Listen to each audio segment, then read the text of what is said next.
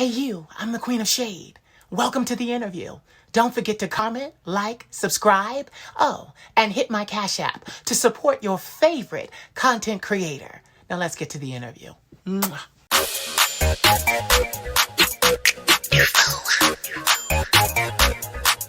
Queen of Shade. Let me tell you something. You're a bougie bitch and your mama is too. Said you're a bougie bitch and your mama is too. You're a bougie bitch and your mama is too. Said you're a bougie bitch and your mama is too. Salutations, Stufos. This is your fabulous leader, the Queen of Shade, coming to you with another special presentation. Moving full speed ahead, getting to know some amazing people, talking to people all over the world, collecting their stories, and sharing space with them in a very unique way has been an amazing experience. I carry these stories with me, and I find that when I have to give information, or when I have to, talk to people about mentoring or being the best that they can be, I pull from these stories and I just say, I know someone that can do this or that can do that, and if they could do it, you could do it. So the reason why I'm saying this to you is because this next guest that I have for you today is also dedicated and committed to sharing and helping people as well. He is an LGBTQ pop artist who believes in uniting social rejects through the power of music. Ladies and gentlemen, I would like to formally and happily introduce you all to the artist who is so beautifully named Beyond. Thank you. Hi. How are you? I'm doing pretty good, trying to stay cool aside from that. Yeah, we just both had to turn off our ACs. So let's do this and we'll get it back in our AC. It's nice to see you today. It's nice to see you too. I watch all your videos on TikTok. Oh my God. So you're familiar with me from TikTok? Yes. Okay, see, everybody joined TikTok because I was the reigning Queen of Shade on Instagram for 6 years. Oh, really? Yeah, I've got on my page, I've got all these inspirational guru messages, like down the page, it's over 6 years. Yeah, something like 22,000 of them. But anyway, I'm bragging. But yeah, I'm bragging. Pick up your jaw. But anyway, no, it's good that you saw me on TikTok. What drew you? Like, what made you follow me? I saw somebody stitch one of your videos that I follow. I think you had mentioned that you struggle with bipolar. Yeah. And I haven't been diagnosed personally, but I do struggle with mental health, and I really love the transparency. Like, of course, everybody wants to be beautiful and, show the best part of themselves on social media, but I feel like what's lacking is that vulnerability and saying, hey, like, I'm struggling too. Yeah, you're absolutely right. And that actually is what brought my following to me because, when I first started, I was very fiery. I was very shady, but then something happened. I experienced growth. I experienced evolution, and my shade became more of not so much undercutting people, but more so uplifting. See, my shade is kind of like, it's not like what everyone would normally classify shade to be. It's now kind of like I'm this great big oak tree and I've got these branches and I can shield you from the harsh rays of the sun. So that was more in tune and in line with what I wanted to be and what I wanted to do in my life anyway. And it's kind of crazy because I started the Queen of Shade because I was being bullied by a certain Hollywood insider because I was more talented than them. And they saw me as a threat and they were doing really mean, malicious things to me behind the scenes.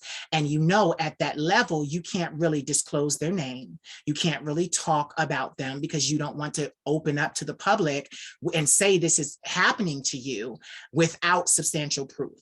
Well, they've been doing it for 15 years and it's kind of slowed down now because, now I'm bigger. I have a lawyer. We're always combing my websites. We're always trying to catch hackers and things like that. So it happens less, but that's where the Queen of Shade started because I subliminally read their ass through the screen for the world to see and hear. And the great thing about that is some people say, oh, that was petty. No, baby. When you talk about shade, the best shade is knowing when you are talking to a room full of people and that one person is sitting in that chair squirming because they know you talking about them. On the front row. Right? So that's kind of how it got started. And I'm a Libra. I believe in utopian society and balance and things like that. I'm also a realist because I'm a businessman. But I found that the world responded more because, like you just said, they were able to say to me, Queen, I was going through some stuff and you really helped me through it. And that together is all the reason why we should be alive. So explain your mission statement to me. Rejects. What made you go there? The rejects and uniting the rejects through, music. Explain that to me. I've always loved to sing, been singing since I was a kid. I grew up really religious and I'm no longer practicing. However, I always felt like I never fit in, even when I was a Jehovah's Witness and going to church. And like, although I associated with people that were in, that community, I still didn't feel like I belonged. Fast forward, I come out and I start making music. I'm like, okay, I don't really know why I'm doing it, but I know these are the things I want to say when I do sing. So fast forward, actually last year I defined my mission statement. I was like, wow, what am I really doing? And I've always wanted to come from a place of comfort, someone that you can rely on when you listen to my music. I would want to think that, Beyond is someone who knows what I'm going through. So I say social rejects because I've always felt like I was rejected. And there are many of us in the LGBTQIA community that have felt that, whether it's you're ostracized because your family doesn't accept you, or you are ostracized, or you feel different because you might be rejected from a certain community, or you just, I'm getting so passionate about this, it could be a lot of things. So I say social rejects because it's like, I want there to be a place for everybody who has felt like at one point in time that they did not matter in their life. Yeah, I love when you get passionate because that's what we're here for.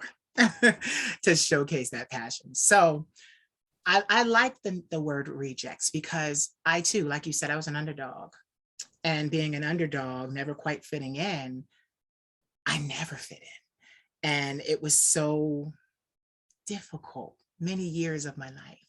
I too grew up very religious, and we were Christian, so we were Pentecostal. So it just, and I, as a young person, I had to experience hate from adults because of my femininity, because of my carriage, because of my posture and my walk, my catwalk, which later took me to Paris, France to model. So poo-poo on them. But I was bullied about all of those things when I was younger, and I couldn't understand why grown men with wives and children would take this kind of aggression and animosity out on a 10, 11, 12-year-old boy.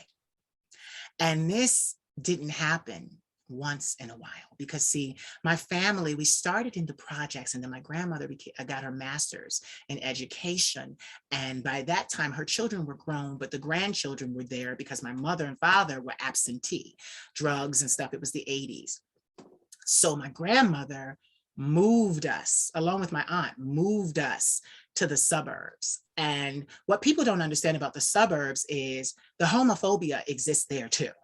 So in the city, I was no longer like I was in the city being physically abused, but as far as the emotional abuse, that continued. I still was the butt of many jokes, and I mean butt literally. I was the butt of many jokes, even in my suburban career in school. And then when I went to college, I chose a college because I was around, in high school, I was around a lot of Caucasians. There were Blacks there, but we were a handful. We all knew each other. But I wanted more of that experience because, to be honest, the Black kids in my school made me feel welcomed. like in my high school. They made me feel welcome, something that I did not feel traveling an hour from the suburbs back down into the city to go to church in a very low income area. But, you know, the church was flourishing. And I always hated that. I hated that because I was just like, you know, the inner city Blacks, they just were so vicious. And in my high school, they were very accepting. Now, mind you, I have always been a talker. I was voted most talkative by my senior class. So they knew I'd end up using my voice and what I had to say to make my bones. And that's exactly what happened. And it's such an amazing thing to see them say to me now on my private Facebook, you know, oh my God, you're living your life. You're authentic. You're really being who you wanted to be. You look so beautiful. Because we all turned 40 this year. I turned 40 in September. So they're already turning. They've been turning all year. So it's like, you know, their 40 and my 40 look a little different. Look a little different. You know, I'm the Bavaboom girl. You know, it's like, okay, well, what the hell? Like, okay, this is your 40. This is how you're going into your 40s. Yes, as a trans illusionist, yes, it is. But I said all of that to say, like, I know what it's like to be ostracized and to not feel like you belong, and to honestly go into that. I said that to say with college. College was worse. I chose a college for a Black presence, and I paid for it every day. It was, why are your teeth so white? Why do you talk so white? Why are you this? Why are you that? It just was, oh, you think you're better than us. I even had someone say to me, can you use a little bit more profanity? Because you can actually come down to our level if you do that. And like a child, a young kid, because I went to college at 17. So like a young kid trying to appease them, I did it. But the sacrifice was me. Yeah. And I mean, it's been 20 years. I'm okay. But I mean, even to have to say that, and that's what I realized. The sacrifice was me. And even when my mental illness reared its head in my life, and I had to be medically withdrawn from college, which cut my college experience and ended it, I just was like, I still felt that. Like, even when that happened, I felt like I had lost out on a lot, but I still felt like the underdog. So then I decided, well, what am I going to do? You know, naturally, I have these talents. I'm a singer myself, internationally. And, you know, the first group of people, or the first country to show me, to give me recognition and to show me love for my voice was England. They were the first people. Yeah, they covered me. I have it on my YouTube, covered me in a magazine and put my grandmother's picture in there and talked about how being the Queen of Shade was not what I was, even though I had the title and I coined it. I was more so the Queen of Enlightenment and Inspiration and Authenticity. So like, I was able to turn my life around. But I'm saying this to you because I'm going to tell you how I came across you after you start following me. So I know what it's like to rise from the ashes and to find your place, which is why I now do this. And I talk to people all over the world, celebrities and all kinds of people, because it's just really a conversation beyond.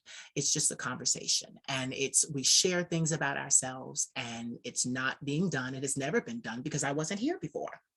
So that's why everybody says, oh, you're doing something that's all brand new. Well, yeah, I am. And same thing with my music. Oh, it's a new genre. Yeah, it is, because it's me.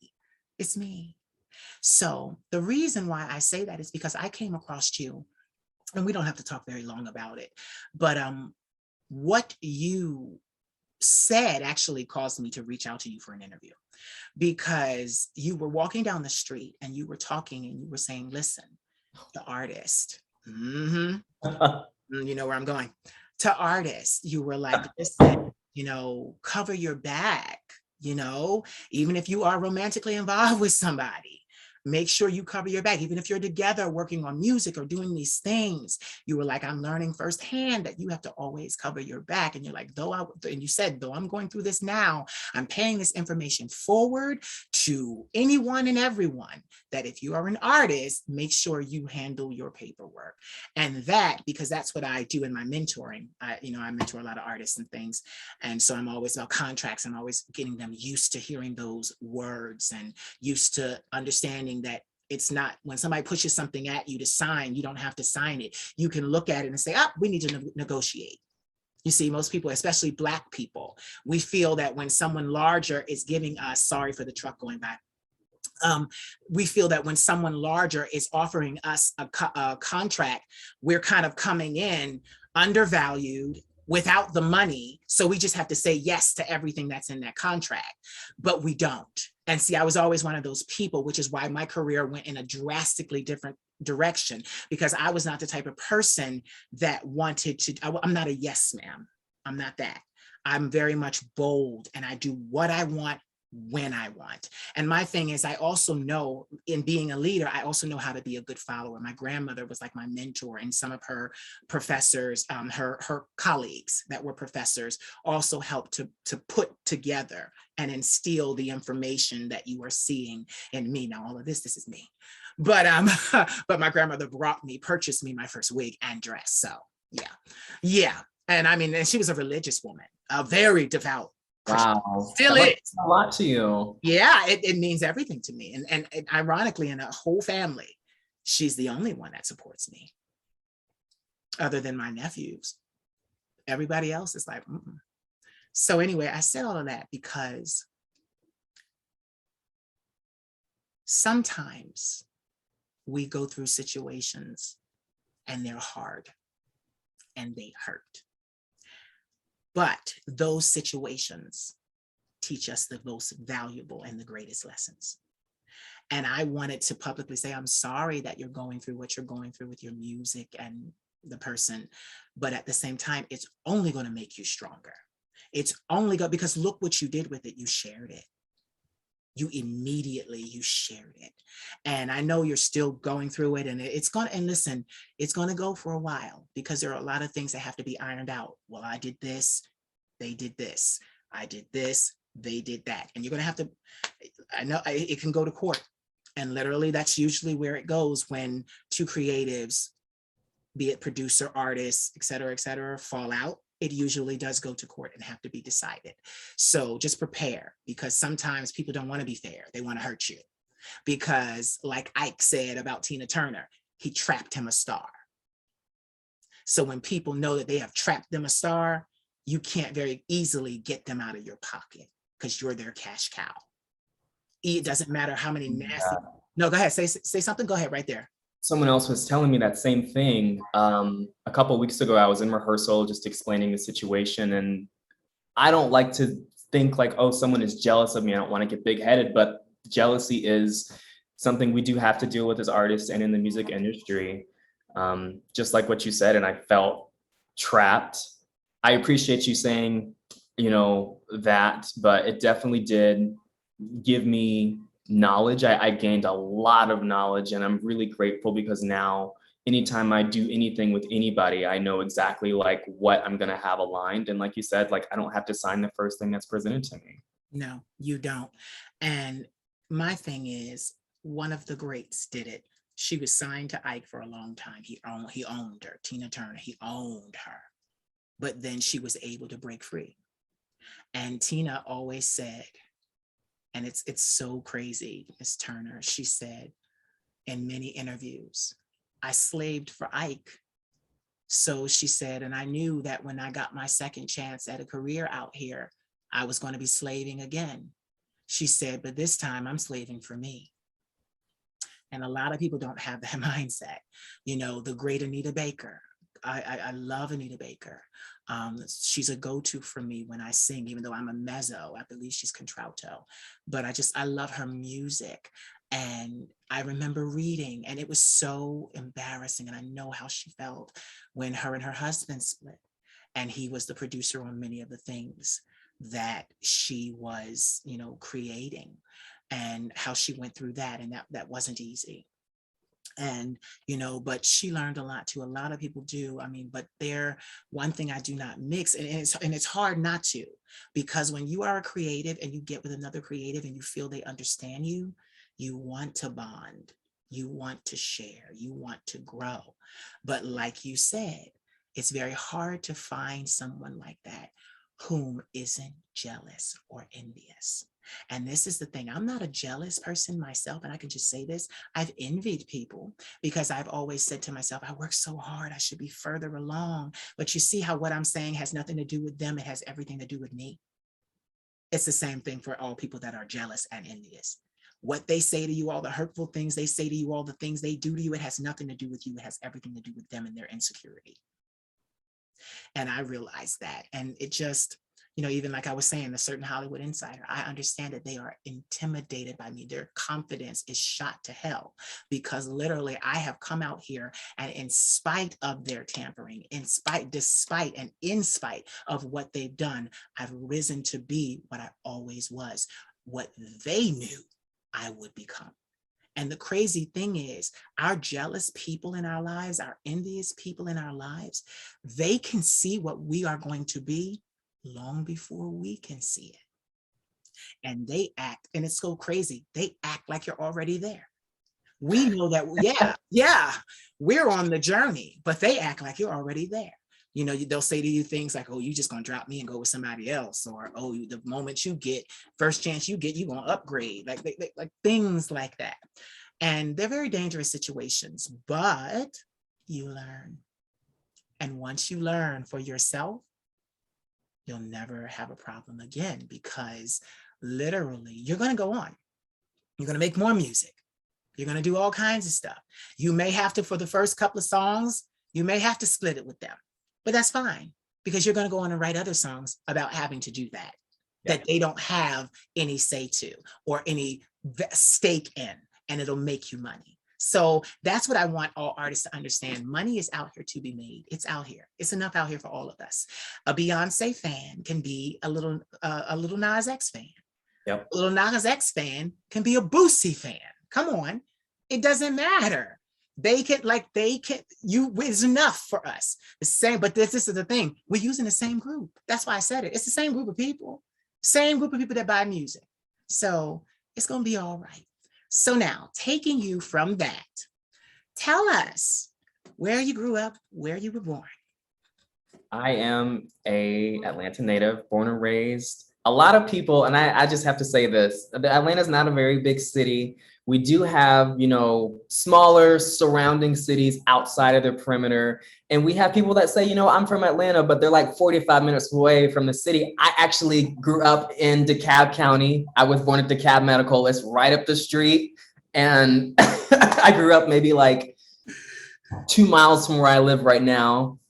So I've always lived in Atlanta, and I've had the opportunities to travel, not anywhere outside of the country yet, but I'm a Southern boy. You'll get there. Because, there's a light in you. I also got the chance to listen to one of your new songs. I don't want to say what the song is. I don't want to get it wrong, but the name. So you're going to have to fill me in. You're sitting on a bar stool and the lights are looking real good. It's lit, and you got the mic and you're sitting there. What song is that? That's my self-titled song, Beyond. I thought so. Okay. I just didn't want to get it wrong. You see, this is why I got my both phones so I can look. I don't want to get it wrong. You get it wrong, Lord God. But yeah, I saw you singing that and I was just like, this man's voice is so beautiful. So tell me, are you an only child? I have one sister. One sister. Crazy about this because we're 4 years apart. Yeah. And we were born on the exact same day. Oh, wow. That's interesting. What's your birth signs? I'm a Leo, and she's a Leo too. So we're probably born at different times. I'm in a Leo, Cancer, and then Aquarius rising. Yeah. Yep. That is something. Oh my God, 4 years apart on the same day. Well, that lets me know your parents were like, okay, we're gonna do this then because it was good, the weather was good. We're gonna plan this. I had a biology teacher that did that. She wanted to have, she wanted to have a baby. She was in biology. It was high school. And she literally planned out her pregnancy. She planned out conception. Women are gods. Did she get the day correct too? Yeah, she did. That's nuts. Yeah, it is. But women, that's another thing. Women can do things that men will never be able to do. And listen, my hat is off to them. But yeah, she planned out her exact pregnancy and got it exactly right. She knew, like, literally. And I was just like, wow. But yeah, so being there, like you said, did you go to college? I did not. Okay. I have a high school education, and I think me going to college was kind of like, I was still in that religion mindset.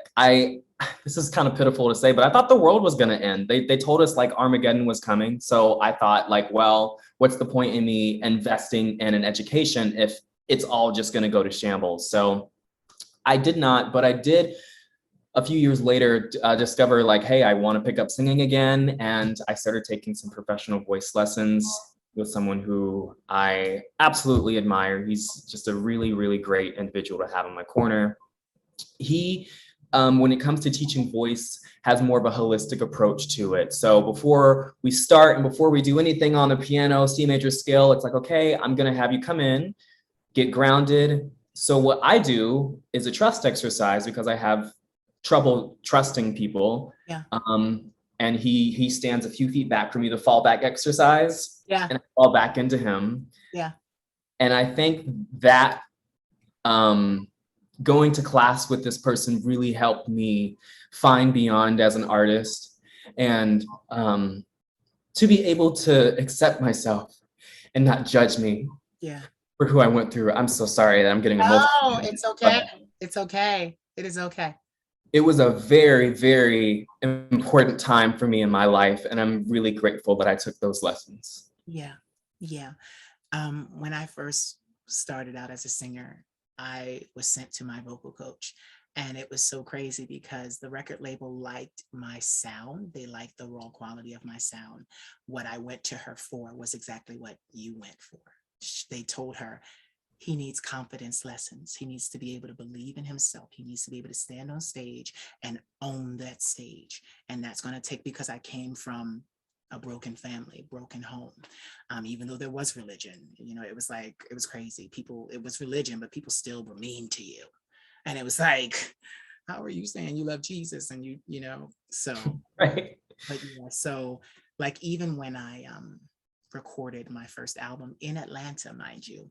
Did you? Yeah, my debut album I recorded in Atlanta, and it wasn't actually Atlanta. I was like, we were a little farther over. I forget, but we went to Atlanta a lot because they showed me the town and stuff like that. I didn't like it. A lot's changed, but you might still feel the same. I'm just kidding. I didn't like it.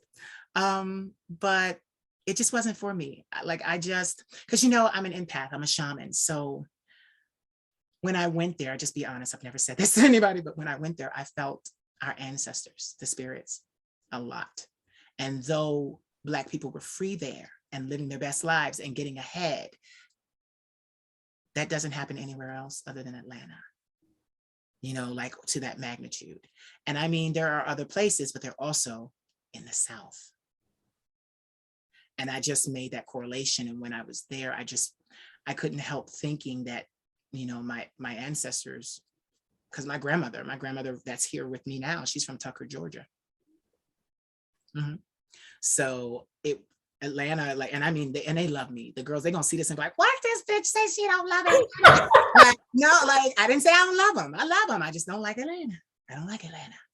But I'll tell you, and you know why, because I've already said what I said. I've not had acceptance from Black people. I had to go to school in the suburbs just to get some peace of mind.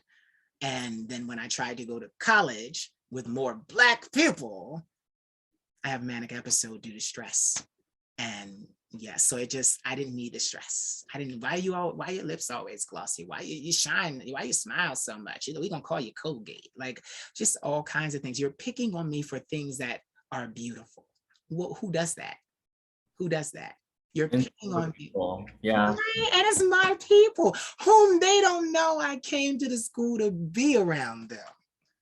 And they just did not, and then they were also, and we also had a lot of conflict because I'm very observant. I've always been that as a shaman, prophet, seer, oracle, and healer. I'm very observant. So when they were trying to sneak around campus, I would know. And then I would mention it to like who I thought were my friends, and then my friends were not my friends, would go and say, oh, BJ saw you here, da, da, da, da, da. And then the person come back to me, you telling everybody my business. And I was the one person who I thought I could confide in. So I just was not having a good time. So, but years later, turning 40 in September, I'm fine. And all of those people follow me. They've seen me crawl from that experience in 2001, and 2002, and become this great phoenix that I am today. So I heard when you started to talk, you were like, it took you a long time to accept yourself. I'm just trying to see if there's a correlation here with what I just said. That's all I'm asking this question for. Was it because Black men and things like that down there were pretty much really hard on you? A little bit. Growing up, they definitely were. Femininity is never something that I think was, and this is the South too. So like, I had mentors in the church who would tell me like, oh, well, you need to gain weight. Your body should be tighter in these areas. You shouldn't look like this at 15. Boys don't, their voices aren't as high, like I've been told I sound like a girl. So sometimes I think that can be connected. I think it can be, and it definitely does affect how someone can view themselves, whether it's from your peers or your parents. Yeah. Next question, get ready for it, Beyond. So you already said it wasn't really that. So where did this belief of, I don't believe in myself, or I need to believe in myself, or I'm hard on myself, where did it stem from? Because if it wasn't them, it had to come from somewhere. Welcome to the Queen of Shade. Where did it come? Because you just told us it wasn't really them, it was partially them. So where did this deep, because you got emotional over it. So where did it happen?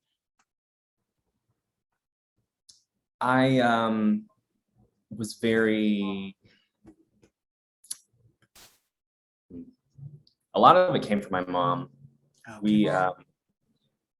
She's never accepted like who I was. Mm-hmm. And I remember when I told her that I was going to come out, and that was a big thing in itself. It wasn't just like, hey mom, I'm gay now. I was still a Jehovah's Witness at the time, and I had just gotten out of the mental hospital because I thought the only way if I was right was if like I started over. So it's like, I can't be alive right now.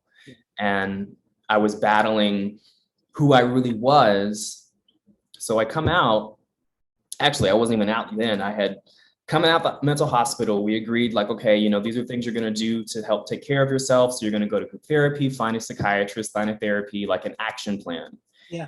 They're not just going to like, let you leave knowing like you have these intentions of hurting yourself. They want to make sure you're going to be okay. So I started seeing a therapist, and ironically, my mom referred this therapist to me. Yeah.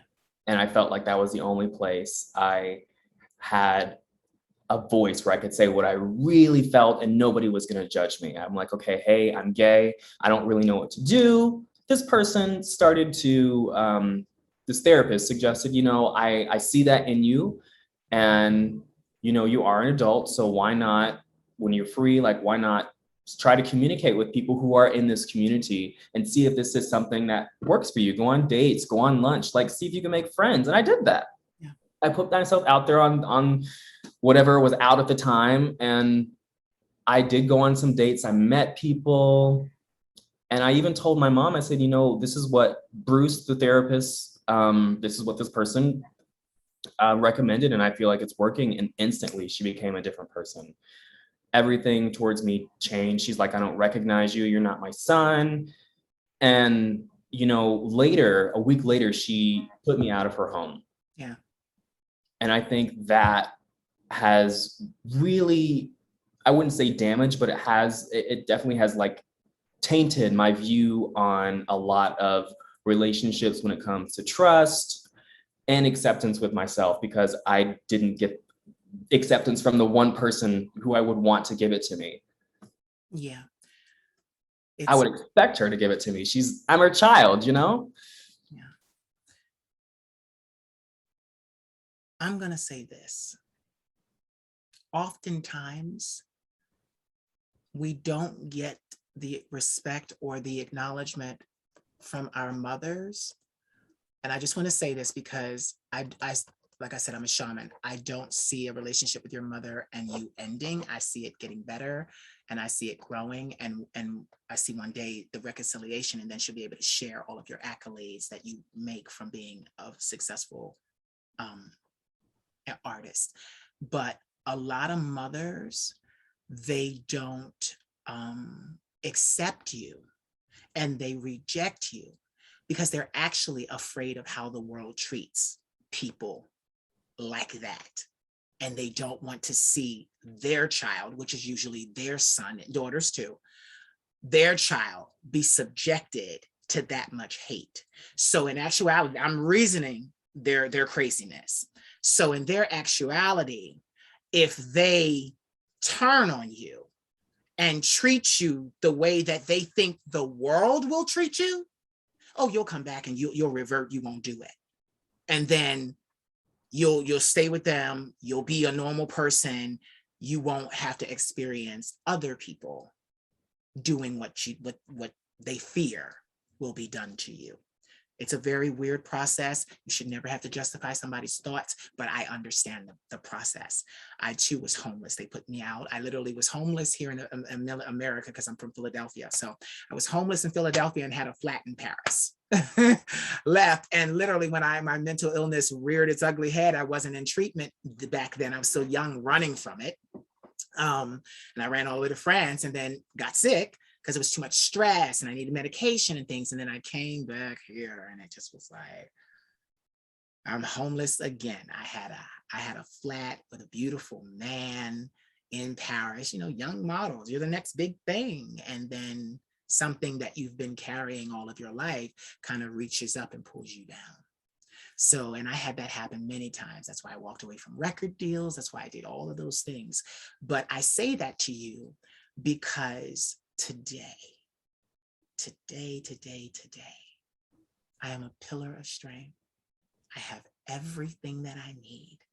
My grandmother loves me more than oxygen itself, funded my career with her retirement after 40 years. And I sit here because of her love and her love alone. We haven't always seen eye to eye because, like I said, business partners, we were business partners. She had what she wanted to do. I had what I wanted to do. And the problem was we're both Libras, the only two Libras in the family. So we're very good at the things that we want to do. So trying to come together, we're usually very harmonious. But I was like, no, I want to do this. I know I have to do this. I know I have to do that. And she's like, and her fear was, I don't want you to fall. I don't want you to have to sell your masters or your books or your statements. Like her thing was always, I hope you learned enough, boy, not to sell any of the stuff. Hold on to it. It'll pay you for generations to come. And I did learn that lesson from her. But, my other family members, now get this, I don't talk to other family members. They're gay and lesbian, all her children. All her children are gay and lesbian. She had 5 children. One died because he had HIV and AIDS complications. And my mother, we heard she did some bisexual things, but she's the one that had us. Nobody else had kids. But I have 2 aunts and an uncle, lesbian, gay. And this was the thing, being raised in the church. They never fully accepted themselves, or they did what I didn't like. And that was, they loved God. A lot of us spiritual beings, because what they don't understand about gays is we're very intuitive and in tune with the spirit of God, period. It's just how we come here. That's why I say I know a lot of gays that are shaman. They hear, they see, they can predict, like they give advice. Like that's a shaman. If you were in a village in Africa, they would come to you and say, you'd be sitting under some beautiful tree, playing on your oboe, and then they would walk up to you and say, oh, this is happening in my home. And you would be able to tell them, do this, and that, and the other. They would pay you, put the money in the bowl, and they would go on about their life. Like that is what we do. So, but she wasn't as accepting of them. So they just really, they have, like, I look at them, they're not really all doing any of the things they wanted to do. They've kind of had to live life as it came. They did not get a chance to take it by the horns and manhandle it and change it for themselves. Whereas I did that. And it's a lot of jealousy. It's a lot of jealousy because my grandmother also was the breadwinner in my family. So they're like, oh, you're going to exhaust all of your resources on him? Yeah. So we went through that, and me and my grandmother went through that, and it was just us against the world. And it has been us against the world. Now, we had times, like I had one year where we fell out, and it just was so crazy, and we disbanded that business. And then I came back with a new company, and I was devastated about that. I was suicidal around that time, and that was only 3 years ago, 2 years ago, because I felt like everything I had worked for was now going up in smoke. And I was the type of person where I had felt I had never succeeded at anything in life. So this was my shot. This was my shot, not to the people. And see, you got to understand this beyond. This is not my shot to show you and you and you and you and you. This is my shot to prove to myself that I'm not worthless. You see? And when that happened, it just ripped me to shreds. And I was talking to my therapist about it, and she said, I'm sensing suicidal thoughts from you. And she's like, do you have a method? And I'm like, yeah, I'm going to take all my medicine and get in my bed and go to sleep. And she's like, please don't do that. Do you need to be hospitalized? Do we need to call this, that, and the other? And before I could make the decision, the divine spoke to me. And I said, if you are real, you need to tell me why I should stay here, because if you don't, I'm going to be a spirit by tomorrow. And I'll never forget the divine spoke to me. And that's the thing, being a shaman, I hear all the time. It's a constant conversation all the time. The divine said to me, I'm going to do you one better. I'm not going to tell you why you want to leave. No, I'm not going to tell you why you should stay. I'm going to tell you why you want to leave. That's what he said. I'm gonna tell you why you want to leave. And he broke down, you feel undervalued, you feel underappreciated, you feel under this, and you feel that, and you feel the hatred and the same things. And this is these people put you out, these people made you homeless, and this is that and the other. And honestly and very candidly, my grandmother made up for that decision because she funded my career. Yes, I was homeless at her hand. I was many years ago, but the last 16 years of my life, she has taken care of me, my financial overhead, everything I needed, and I was able to grow into the creature that I am. So I don't see in your future that your mother and you will be apart much longer, because she does love you. She does love you, but she's afraid. She's afraid. And get it, it's not just the world. She's afraid of how Black men will treat you, because you got to remember something. This is how some women think, and they don't want their sons to be gay, because Black women are not stupid. They're much smarter than what the world tries to give them credit for. Hell, they're the highest demographic to graduate from college, to go and complete. But she already know, if you start dealing with men, you're more than likely going to deal with some of the same men that she deal with. And it makes sense when you say that. Mm-hmm. And get it. Mm-hmm. And get it. She know they ain't no good. She know they ain't no good. So if they're no good and then they messing around, she know they're gonna do you dirty. That's what she knows. That's one of the first things she told me. She's like, you want someone to love you, and these men aren't going to love you. And I think that has been like, it's a tape in the back of my mind. I'm working on like throwing out and silencing. But when people say things like that, that really does live with somebody. And when that puts two and two together, because she didn't want me to go through some of the same things that she went through. Trying to love a man. Yeah, it makes, you see, I'm not playing devil's advocate. I'm just doing what I do as a shaman. It just gives you a different perspective, because that's what it is. And I've never thought of that to this day. I thought my mom hated me. Hated you. And it's not true. It's not true. She don't want you to deal with men. She knows how men are. That's what it is. But get this. Okay, like I said, I'm turning 40 in September. For the first time in my life, ever, I have a boyfriend. I saw that. That's amazing. So you guys have known each other for 20 years? 20 years. How do you love somebody in secret? Get this. I met him 20 years ago in New York. My grandmother gave me the money to go meet him. It was after college. I was all devastated. She said, you need to do something because we're not going to have you killing yourself in this house. Go be with a gay. Go see gays. Go do something. She was always like that. So she gave me the money. I went, I took the Greyhound bus, and I'll never forget getting off the bus. And he looked at me and I looked at him. It was love at first sight. Stop. Yeah, it was. It sounds like a movie. Yeah, it was love at first sight. It was love at first sight.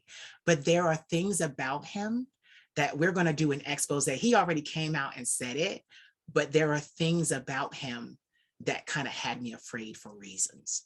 So get this, we meet, we're talking, he's very passionate. I spend like a week with him, getting to know him. He doesn't want me to leave. Stay.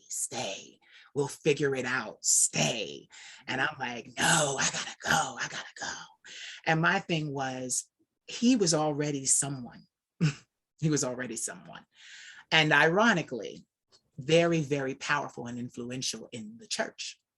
And but everybody knows he's not one of those DL people. No, he's a very giving, very loving man. He lives in his truth, and he is who he is. And God uses him mightily to mentor young people, young gay people, just all, he has many like sons and daughters of the world that came to him because my parents threw me out, or this because I'm gay, or this because I'm that. He's one of those guys. But 20 years ago, he told me something. And I was afraid. And you gotta be careful because your family will do that to you. He told me that he was HIV positive. I'm HIV negative. I was so scared of the situation because, my uncle, one of my uncles, would prophesy and say that I was going to get HIV and die. He told it to my grandmother, and my grandmother told it to me. And this was the thing. I valued what this man said because he helped to raise me. But what I did not anticipate was for him to be jealous of a child. Slapped me in my face one time and told me, you ain't nobody. You'll never be anybody. You can't cope with reality, making fun, making light of my mental illness. And because of that, I felt like I was cursed. And I ran around and get it. I had sex partners. I always made sure I wore condoms. I always made sure we were safe, but I would not commit because I was like, it's going to be the person closest to me that does it. And I can't trust that. I'm one of those people where it doesn't matter what relationship I'm in, even if I'm married to you, we're using condoms just to protect myself. Because married people can step out of marriage and not tell you. And we're using condoms. But there are things about that because we're going to do an expose next week and talk about it together. But yeah, it'll be like this because he lives in New York and I live in Philly, but over 20 years. Wow. Yeah. But the reason why it's so strong is because for 20 years, whenever I got in trouble, whenever my family did X, Y, and Z, whenever I was in Paris and I needed help or this, that, and the other, I would call him. And he always, like, it's so funny because my family, my grandmother, she calls me the Phoenix. I'm somebody that has an extreme gift of resiliency. I can create myself, invent myself, reinvent myself, and then also be a bird on fire where you can't touch me, you can't harm me anymore. Well, he's a fire breather himself. He's a dragon. So all of this fire between us is just an amazing situation because he has over 30 years of speaking to people, congregations, traveling and doing all of that. I am a speaker myself, motivational, and I have 20 years of the information, and I have 6 on Instagram, and I'm burning up TikTok. And, we speak on such a higher level because it is innately divine. So I told him, I think it was last week, I said to him, I said, listen, I don't want another man to touch me ever again in life if it's not you. And he cried, and I cried. And the great thing about that is there's prep. 20 years ago, there was no prep. There's prep. I'm not scared because there were other men that I knew that I had been intimate with condoms, not on prep, and they were HIV positive. That doesn't scare me. And I said, I'm not going to miss out on the love of my life simply because y'all scared somebody gonna get HIV. I'm in control of my life. I'm in control of this body. I'm in control of what I do with it. And I know how to keep myself safe. You should never autopilot your relationships. That's the problem. So that's why we're together. And it's been a long time coming. It's been a long time coming. And there's more to it, but we're going to do an expose. But yes, but you're back to your mother. Your mother is afraid for you. But what you have to do is realize you are worthy of love, but just like it took longer for me, you deserve a certain caliber of man. It has to be a certain caliber.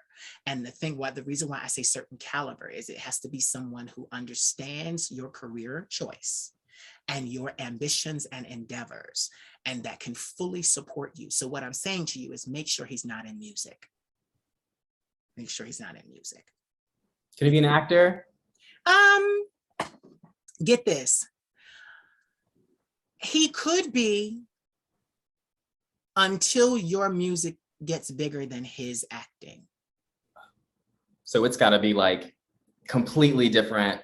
Well, but get this. I'm saying it like that, but a ray of hope there must be from Sleeping Beauty. A ray of hope there it is. If he's secure, you can do it. Because me and my boyfriend's name is Jermaine. Now mind you, he does what he does and he's done it, but now he's launching his social media career and he's doing the same thing I do. But it's so different. It's so different. So you can get someone whom understands your lifestyle and is acquainted with your lifestyle, but you got to watch, because men have a tendency to feel threatened if you make more money than them. Jermaine doesn't feel that way. And I don't feel that way about him or him about me. We're like, baby, I love you. Okay, I'm just going to be candid. This man then talk about, you got to come to New York because I need to put my hands on you. like I need to put my hands on you. How long has it been since you all have seen each other? Well, we see each other actually quite often, but let me say physically, I want to say before the pandemic, we 2018, 2019? somewhere around there. I think it might have been even longer than that. Yeah, I think it might have been longer than that, because I think we were FaceTiming for a long time because he was very busy and I was very busy. So yeah, the whole 6 years I didn't see him, but we talked. And that was the thing. And get it, he watches everything I do, comments on everything, supports on everything, and it's an amazing thing, because one of my friends is a French superstar named Vincent McDoom, actor, model, style icon, received a medal from the Queen of England, like big guy. And he said, this union is so good because he said, neither of you need sugar babies. It's a lot of men out here looking for somebody to get it, to fund their careers. Mm-hmm. And he was like, neither one of you need that, because all that fire y'all got and all that content y'all got, you have between you. Y'all got it already. Yeah, and that's why it made sense. That's why it made sense, because we had everything we needed. The only thing we needed on top of that was an understanding to say, look, we're going to be together. Till this thing is over, we're going to be together. And that's what we decided. So tell me, do you ever see yourself leaving Atlanta? I do. I've been praying about it for a while, and I'm ready to, I'm just tired of certain things and certain patterns for me. Like I'm ready to grab life by the bullhorns and just change things. Like I've realized, I can be as angry and upset that things have happened the way that they have, but I can also take control and I can change things. So I don't know where that is, because I feel like I can be awesome in any city. I could go live off grid and still make content, you know what I'm saying, and still make great music like in the woods. But I would like to be near like a major city, maybe just not on the Bible Belt. I see New York in your future. I feel it. I see New York in your future. And the way that I'm looking at you in this vision, You have on this, like, it's the winter time. You have on this beautiful, like, mustard colored hat. It's like one of those, the Scullies, but you pull it up. Uh-huh. And this is this really nice, pretty, it's like it's designer. It's this coat and it fits you perfectly, your beautiful thin body. And you are basically taking pictures and people are wanting to take pictures with you. This is like some kind of signing, because it's not just music that you're going to do. You're going to write books as well. Write books. Yeah, you're going to write books. I see it being a situation where your experiences lead you into the self-help industry. So you write books about how to help yourself, how to do this, how to believe, affirmations, being strong. And I see your fan base being a lot of women, because they too, they need to hear that. And I see you talking about that a lot, even in this vision. It's like, okay, I'm an artist, I do this, I'm an entrepreneur. You know, a lot of artists don't say that. I'm an artist and I'm an entrepreneur. They don't say that. And it's because they don't realize that artists are entrepreneurs. We work for ourselves. Yes. So it's just, and you're happy, the smile is there. I see someone at your side and they're supporting you. And it's just like, what I'm seeing is what, and this is the thing, it's what can be. You still can make a whole bunch of decisions. Right. But I see you literally being the type of person where you're like, you talk like it's in passage form. This is how you grow. This is how you be. And the funny thing is, you already said it, I create content. You do it a lot in your content already. You're giving help through your content. Even like you did with the video I saw. Guys, don't let this happen to you. Make sure everything's in order. That's what I'm talking about.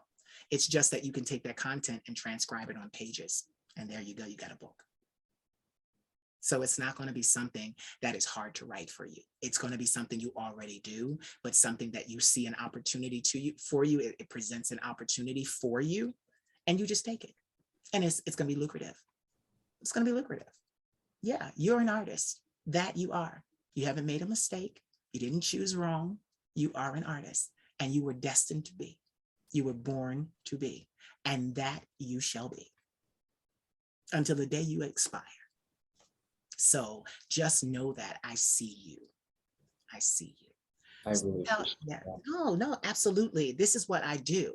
Is because I wanted to speak words of encouragement into you after I saw your video, because I had to learn a lot of things about the business now to have my own small recording label. Like I had to learn how to do everything. So when I see someone progressive enough to say, I'm learning the lesson the hard way, but I'm learning it, I wanted to reach out to tell you you're doing the right thing, you know, and never stay in something, you know, simply for security's sake. For security's sake. There are a lot, listen, a prison cell is secure. Okay. You're right about that. Okay. Back of a police car is supposed to be secure. Okay. Okay. So I'm like, don't stay in something for security, because, and another thing, what one won't do, another will. Another will. And I see this man, I'm looking at, he love you, he tall, he got muscles. he's a man in stature, and he adores you. He adores you. And that's the thing. Your mother was wrong, though she tried to protect you. That's what that was. She was wrong. You will be loved. You will be. And it will be an amazing experience. And it's not going to take 20 years. Don't worry. Don't worry. Well, what I loved about that story is that like both of you are already like such an empire. Like you're an empire of your own. He's got something going on of his own, and relationships shouldn't be like, while people probably are going to make more than other people, that's fine. That's common. It shouldn't be dependent on, oh, well, now this person is my financial security, because now I'm not a one person income, like I'm a two income household. It shouldn't be that way. Like you should build on who you already are and continue to build that for yourself. So that way, when you are ready to fill someone else's cup, you can bring value to their life in the capacity that you want to be able to. So that way you're satisfied and you're like, oh man, I wish I could like give more. And it's like you're overflowing with like abundance. When my cup is empty, I know I can't give anything to anybody. I'm like, listen, I gotta put my phone on do not disturb. And I really, really appreciate that. Like I've been in instances where I have kind of been undependent on the other person, or I'm hoping things will take off for me, but it still left me in that mindset where it's like, oh, another person might be depending on me, or I might be depending on this person. So what I took from that is Beyond is going to keep building his empire and being great and doing me. And when I'm ready to add value to someone's life in the capacity that I can and will give, like the right person will come to me. Okay, just for a second. I'm looking into the camera. I want all of you to pay attention. Didn't he just write a self-help book? Didn't y'all heard it? I said it and then he did it. Okay, so I know what I'm talking about. But yes, you're right. Like, you're absolutely right. And you have so much to give, so much, so much. So now I gotta do it. I'm not done with you. Music. Why music? What kind of music? Who did you listen to? Who inspires you? 4 questions at you. Go. Why music? Why not? I'll take that answer. And I love making music that's gonna make you feel good. Music that makes me feel good. I love pop. Yeah. Before I was like, oh, well, it's R&B because I'm in Atlanta, so you still have a little bit of soul. I can still be pop and I can still be a Black artist. Yes. And the track down. Yes. I'm a pop artist. I have lots of strong disco influences, Donna Summer, Diana Ross, Michael Jackson, Janet Jackson, a lot of people who were viewed as legends and just really big icons. I love Whitney Houston. I love Jamiroquai. A lot of people don't know about Jamiroquai, and I think y'all need to look this man up. We have time. What were the other questions? Why music? I said, why music? What genre? Why pop? And you answered both of those. I said more and I don't even remember. But no, why music? Why, you said your genre, and what kind of music? Like you already said, I make pop, I do this. So you really did answer all of the questions. There was 4 questions, but you answered them all because of that. But I'm gonna go deeper. I always do. So, like you said, you write music that makes you feel good. And that was the thing too. I had a lot of trauma in my life. So my idea when I first started my career was to take my pain and make it danceable. I wanted people to dance, like I'm talking about, you broke my heart, but you're dancing, you know, to that. I have a song called Love Hurts, and I freaking perform acrobatic, phenomenal, you know, ups and downs, and the whole time I'm like, you broke my heart. I'm gonna have to send it to you. But it's like those things, it's so funny, even with my music now. Do you feel that when you songwrite, are you a person that writes from your life experience or like and tells the story only, or are you able to do both, kind of like have music come to you that isn't necessarily about you, but it's relative? A little bit of both. Yeah.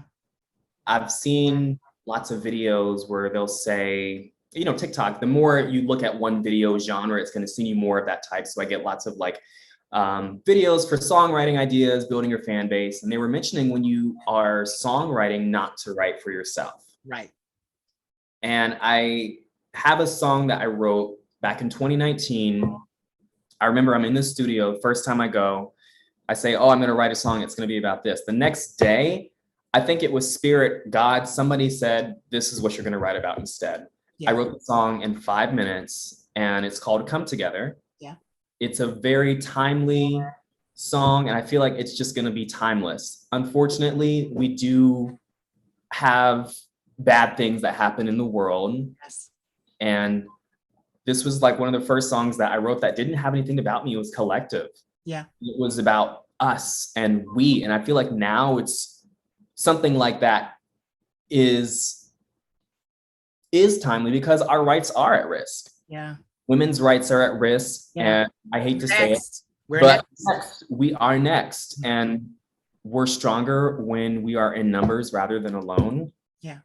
So yeah, I would say it's a little bit of both, you know, like, oh, people who have been socially rejected can relate to a message of coming together in unity.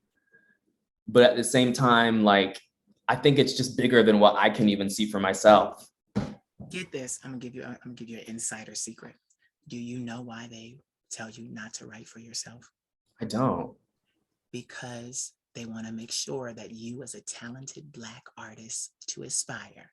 That's why a lot of the stuff in your career you're gonna have to do yourself is because they want to be able to take your music and have anyone sing it that they desire. So be careful.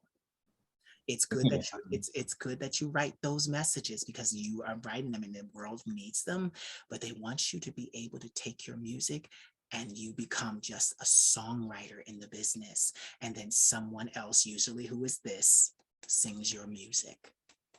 That was what my grandmother was against from the beginning. She said, if you wrote it, you sing it.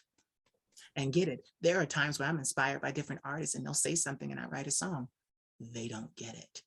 I save it and I sing it because I wrote it. And it came to you, that idea, that song, like it came to you. Yeah, but that's why, because when you come in, especially to mainstream entertainment, especially in music, it's like, well, we don't really see your career. You're gay. That's going to be difficult. We have Little Nas X, but as far as singers, you like look at it. Frank Ocean and all of these other beautiful people that were amazing artists. Where are they right now? They're making money.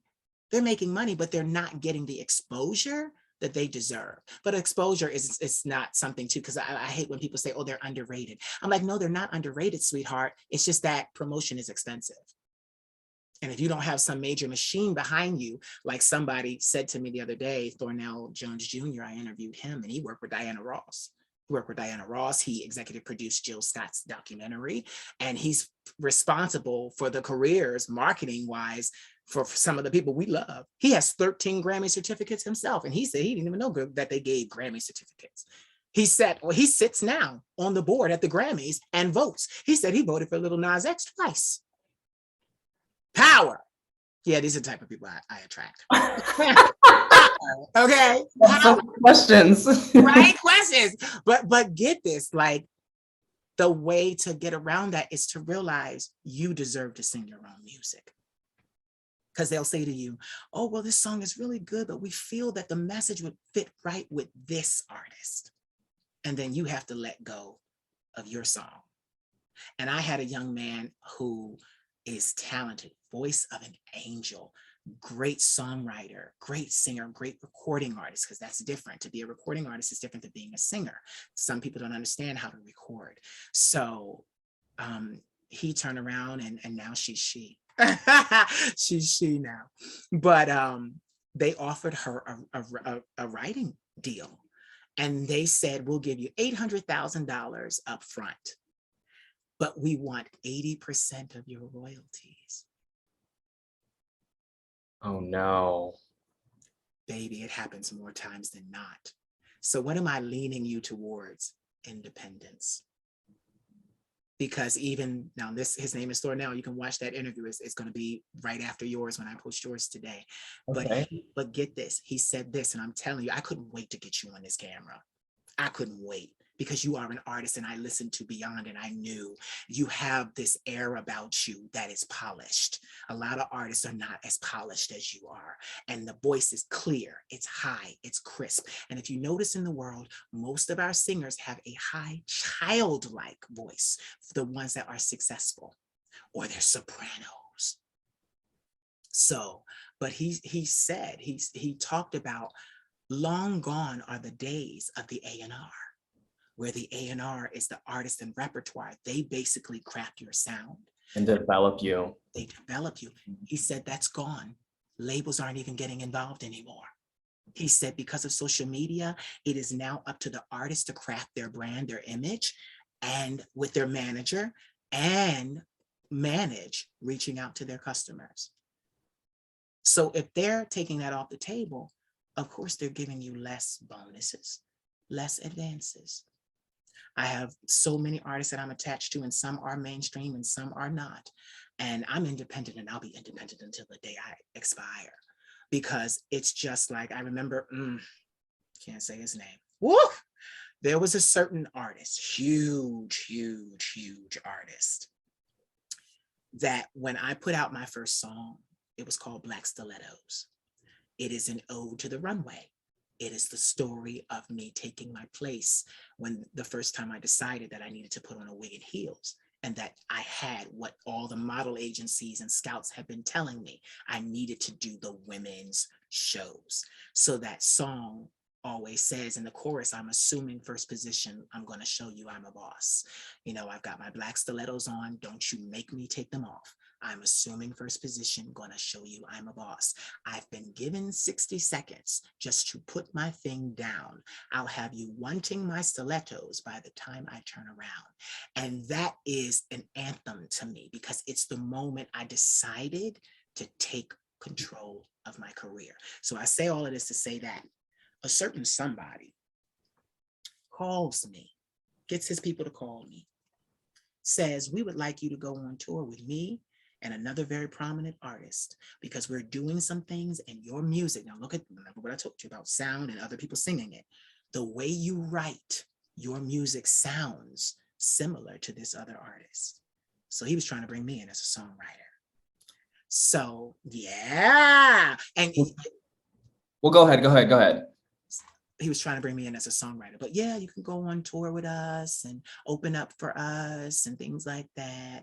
But the agenda was, we need this person to write this white woman's music. Because you know, my voice, when I sing, I am she, I'm not she.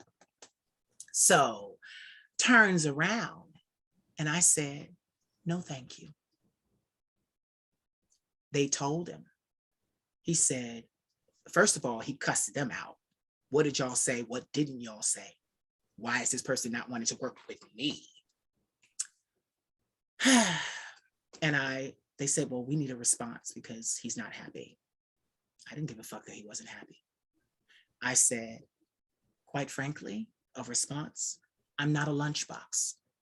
I didn't prepare this entire meal, blood, sweat, and tears into this meal for you to come along and slap your name on the side of this lunchbox. Okay. Say you own it, say you created it, and get a royalty off of me for the rest of my life.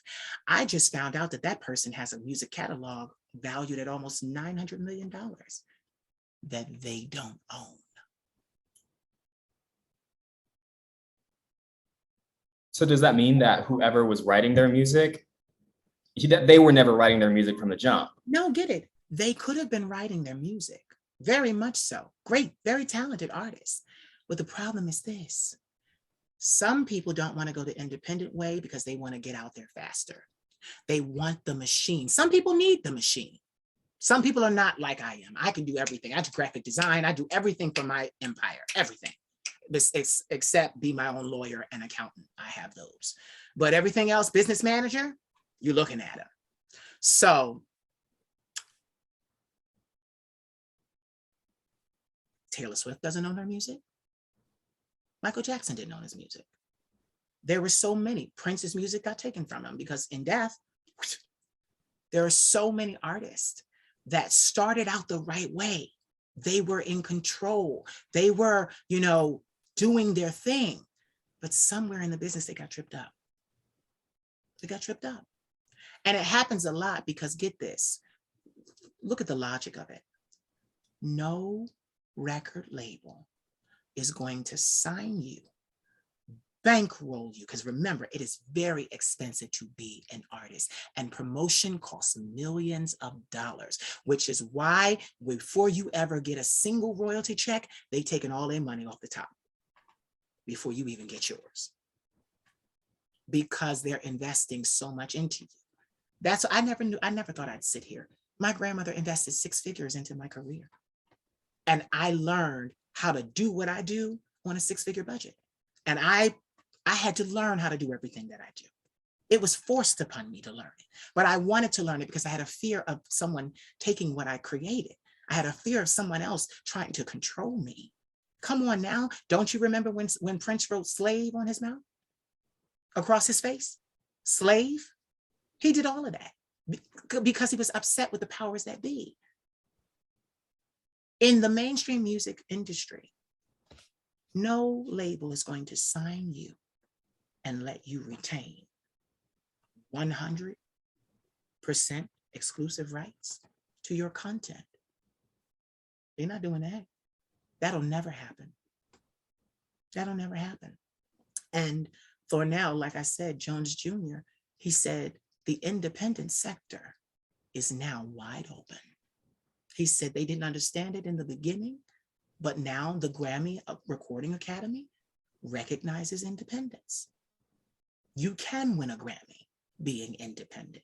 And the first thing I told myself when I started, I had to let go of that. Because you watch them awards when you grow up, when you're growing up, and you say, one day I'm gonna be there. One day I'm gonna sing. One day I'm gonna win that Grammy. I had to be comfortable from the beginning saying, I will never win a Grammy.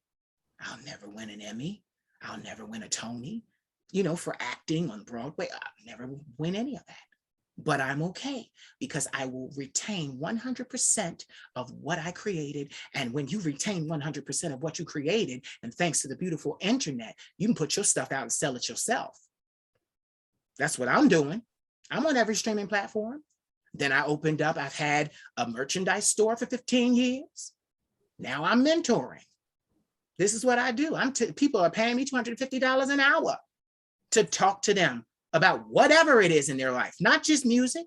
I am the shaman. So it's like, but in all that I'm saying, I am stressing the importance of taking your time. Keep making good music. Write it. Right. And this is the thing. Don't worry about whether it's for you or whether it's you're writing about a collective. Just write it and hold it.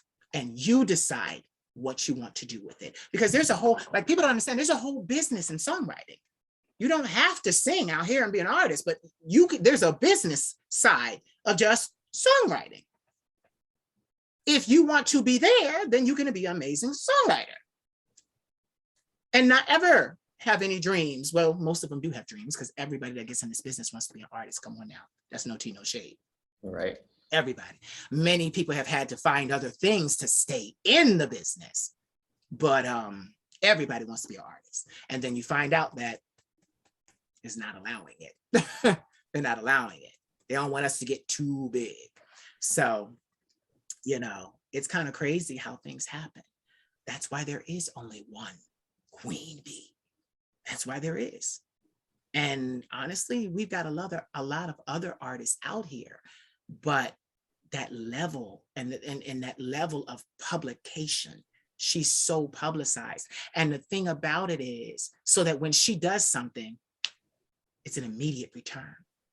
But it's also because she's a brilliant artist. Not everybody can navigate like she's navigated the business world.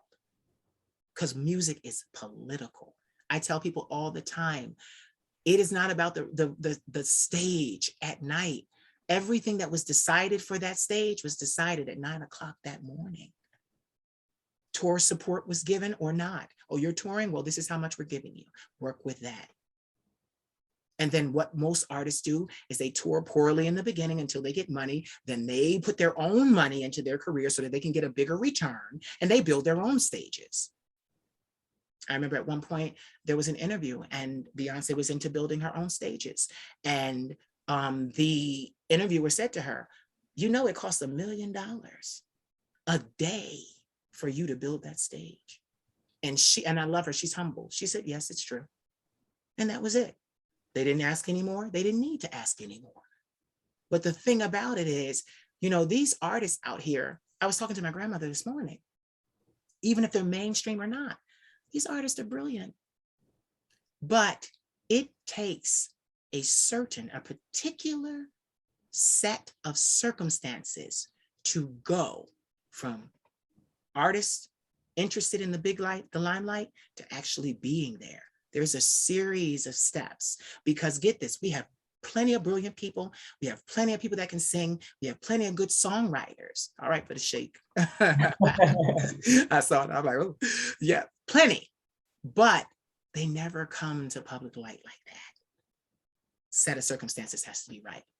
But what I love is, not only are you singing, because I like the way you market your music. I love that you have other content and it's not just all music, because what you're letting your following see is that you have a personality and that you have good things to say.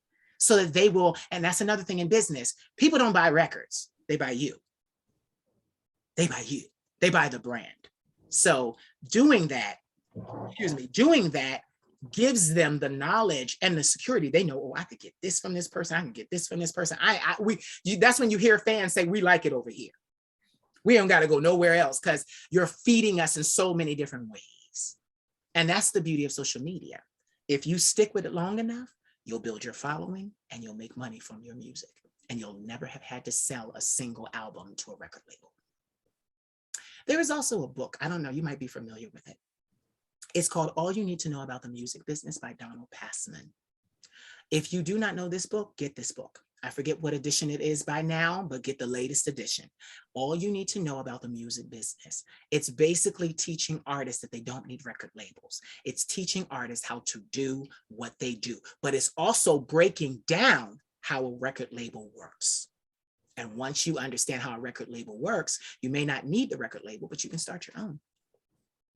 And you can run it differently. See, I always do collaborations. I want my artists to come in ready to work, because at first I wasn't going to take on anyone, but I'm sitting here with this shiny LLC that I paid for. And yeah, the queen is great. She can hold her show on her own, but people enjoy this. They enjoy this. And when I realized it, it was like, okay, I got to be able to collaborate, which is why I always send a talent clearance form. And see, I'm fair. My talent clearance form says, we did this together, we own this together. Any money we make, we split 50-50. You can't sell it to a major network until we have written consent and have agreed. Let's get a check. That's what this is. Yeah, it's like, that's what this is.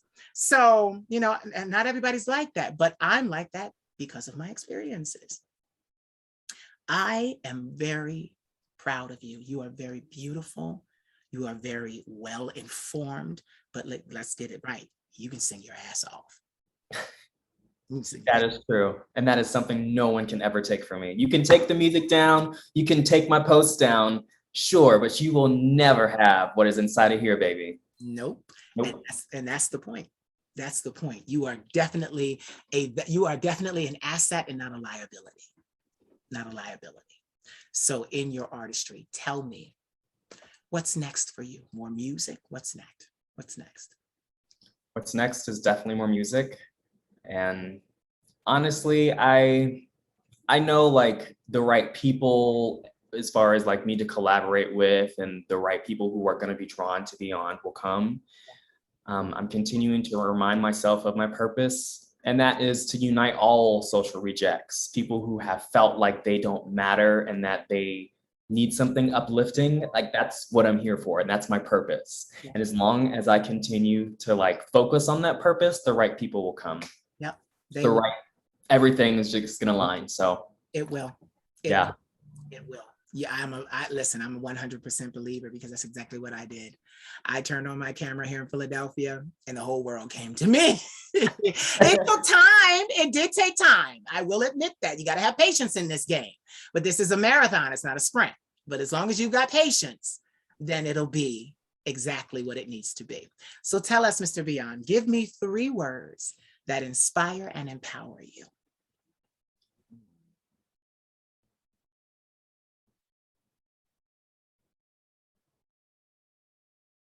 I would have to say what inspires me, especially right now, it's from one of my songs, the chorus. It says, "Go beyond," from my self-titled song, because beyond, go beyond, be free.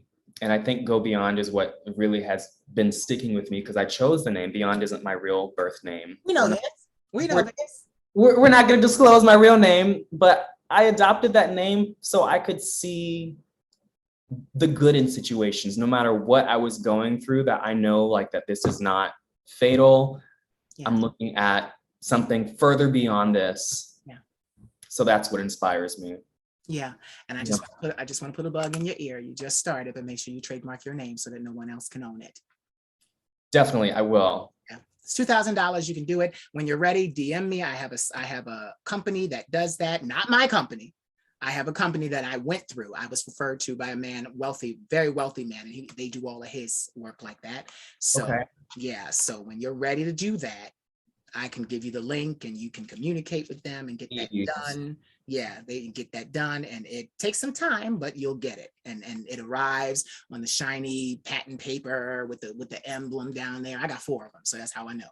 Okay. Yeah. Oh, get it. My name is the Queen of Shade is trademarked. My name is Bjorn Dufault. That is trademarked. Dufault, the last name, is iconic because there's no other Dufault in the world I know, because when I chose the name, I made sure of that.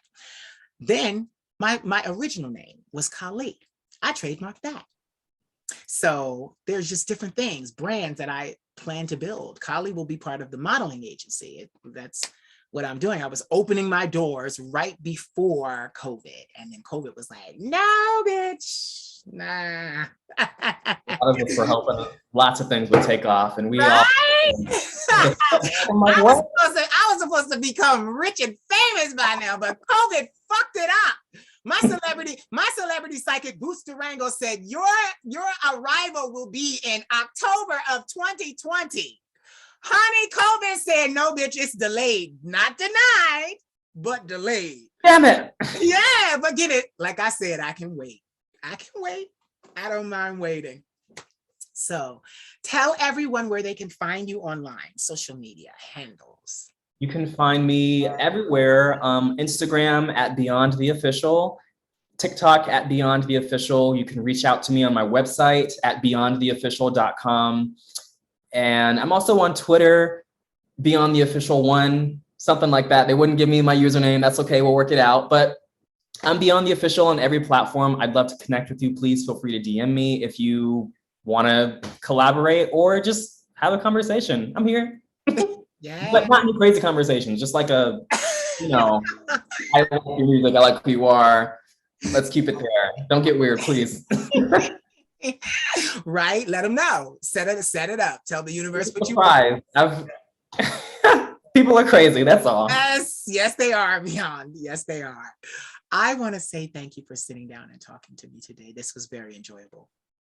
I really needed this. Yeah, I'm glad I was able to help in part, because you're doing the right thing. You are.